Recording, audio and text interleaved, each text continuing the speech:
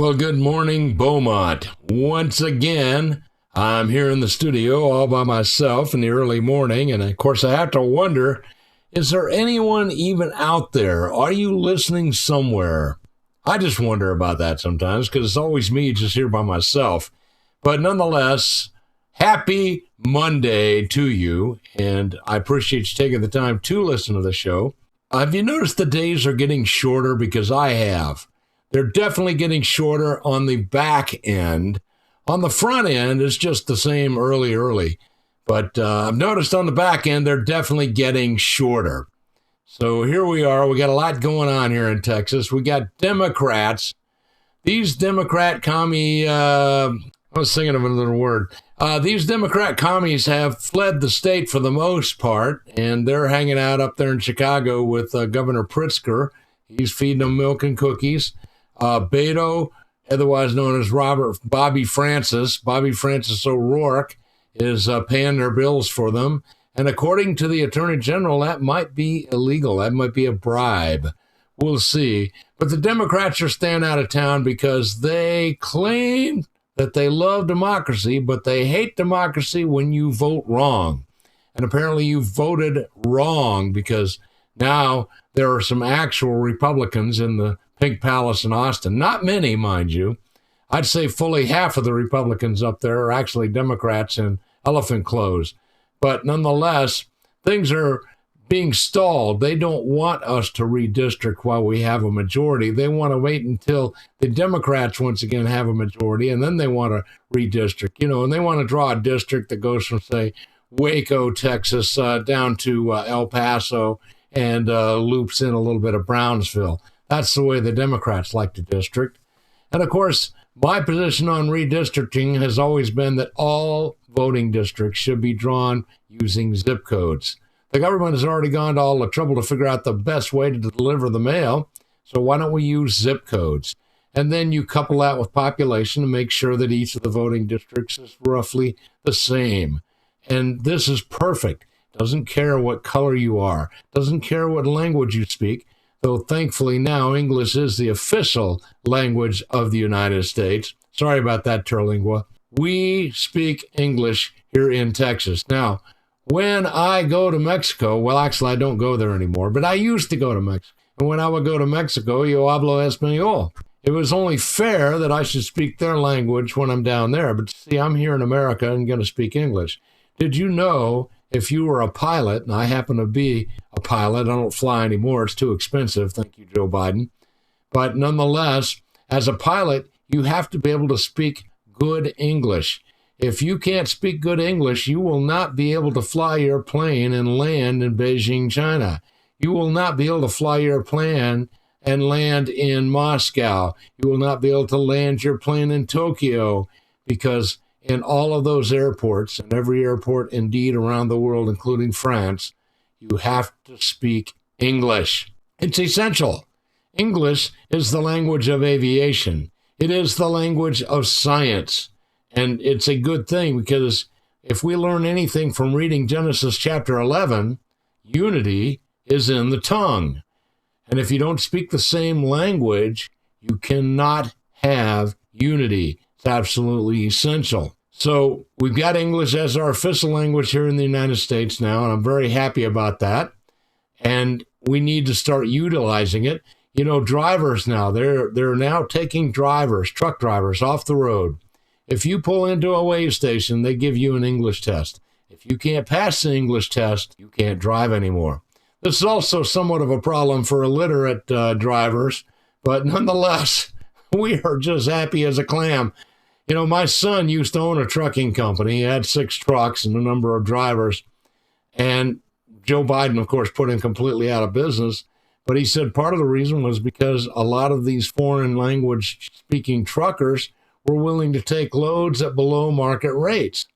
And that meant that you may not even break even at the end of your run.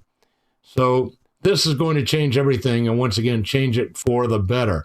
So the days may be getting shorter, but English is the official language of Texas. And if you're a Democrat, you're toast. I foresee the time is coming, and it's coming in the midterms, when the only way any Democrat gets elected anywhere is if they somehow are able to jury rig the voting machines in their area. Now, we do have that problem here in Texas. The ES&S voting machines not only do not meet with state law, but they allow outside people to control the vote. And they do fractional voting. This is not acceptable. But nonetheless, whoever ENS has on staff has somehow managed to pay off enough folks in the Pink Palace to get their machines as the only ones. But I digress. It's simply this. Nobody is going to vote for a Democrat for at least the next 6 years. It's just not going to happen. Democrats, as a party, are about to find their way to the scrap heap of history. The Democrats will be there, the Bull Moose Party will be there, the Whigs will be there, and the Democrats. That's what we see coming, because everyone is sick and tired of Marxism. We don't like it. We want hard work rewarded in America, and we want Americans to have good jobs in America. By the way, have you noticed that wages are rising now? Because these jobs still have to be done, and if you don't have slave labor, well, guess what? You have to hire an American and pay him a reasonable wage. So this is good news as well. So anyway, let me know what you think. If you're watching this, leave in the comments below. I'd like to tip my hat, if I were wearing one, to Duck 2. Duck 2 always listens to my shows, and he always comments. And even though occasionally he doesn't like what I have to say, most of the time he doesn't like what I have to say. But even in spite of that, he always leaves a comment. On the other hand, my friends, not so much. Also want to tip my hat to Dave and Judy. They're off on their world tour, and I hope you guys are having a great time. Now this. In California, they're discovering that Kamala doesn't have a chance. That's why she decided not to run out there. She wasn't even in the top 10. In fact, the only two candidates out there right now in the jungle primary that are in double digits, to say, that are over 10%. There's only two candidates out there that are over 10% currently, and one of them is Democratic Rep Katie Porter, and the other one is former Fox News personality Steve Hilton, a Brit. But they are first and second in polling in the state's jungle primary, so that's kind of interesting. Now, me personally, and I think all of you ought to do it too, I think we need to urge Mel Gibson to run for governor of California, because he would be a superb governor. Here's a guy, he's a great movie producer. He loves the Lord Yeshua, the mighty God in Christ, and he is a California resident who was burned out of his home when the two homosexual mayors and fire chiefs decided that it wasn't important to protect their homes.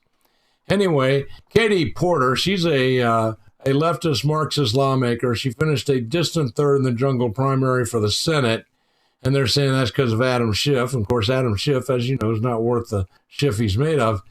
But, and L.A. Dodgers star Steve Garvey, who also came in very well, but he said the system was rigged, and he was probably right. I don't think there's an honest balloting system in California. Not sure there's one in Texas. Steve Hilton, on the other hand, worked for Fox News for 6 years. He was also an advisor to former Prime Minister David Cameron. He's second with 12% of the vote. I wish it was Nigel Farage, actually, if I had a choice. The third Republican was the former Riverside County Sheriff Chad Bianco, who came up from 4% to 7%.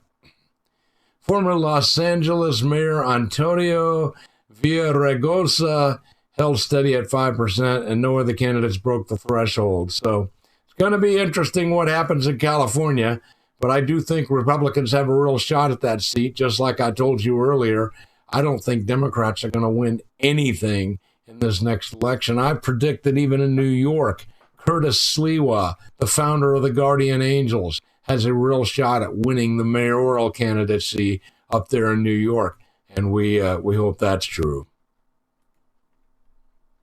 And, of course, I want to remind you that Donald Trump, right now as he sits, is the most popular president in the history of the United States. According to the true poll numbers, no president has ever been this popular since they started taking polls. And so this is a big deal. But he's staying true to what he said he would do. He has asserted dominance over the geopolitical press or chessboard, and he's symbolically as well as actually the president of the world. So following an announcement of a trade deal with the European Union, he's now got peace talks settled with Russian President Vladimir Putin. Now, I want to remind you that no president now, I think, perhaps in history, has signed as many peace agreements and has ended as many wars as Donald Trump has. This will not get him the Nobel Peace Prize because he's not a globalist, and they hate anyone who's not a globalist. But they're going to be meeting up in Alaska. Now, it's no secret China and the United States will be setting the standards of international politics in the future. Russia, perhaps the most resource-rich country, may be labeled by the Europeans as a pariah state. That is their goal because Russia is not part of the Rothschild banking empire, and they hate that. But nonetheless, Vladimir Putin is traveling on the 15th this week to Alaska, which is once part of Russia, and they're going to meet with Trump there, and they're going to see if they can figure this deal out. And we are grateful that they're actually working on it. So the diplomatic threads are going to be picked up. Now, back in 1867, Alaska was a Russian territory, but the Ukraine talks, the location signals are even more deeply rooted geopolitical divides, and they hope they can bridge those. The rules the foreign policy establishment holds as untouchable are negotiable. They're not carved in stone. So behind closed doors, the focus will likely be on redrawing the spheres of influence, a possible Ukraine endgame in exchange for Russian concessions, energy, Arctic passage, and perhaps even a gradual distancing from Beijing. For Trump, the meeting offers a chance to pull Russia, perhaps through trade, into the American geostrategic orbit. Don't forget, Russia asked one time to be part of NATO, and Bill Clinton said, no, my handlers tell me that's not possible. That was the CIA.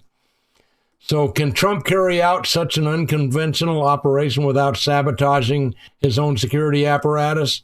Yes, I think he can. And if he does do this successfully, it'll be another decisive blow against the neocons who are always pushing for war. See you guys tomorrow.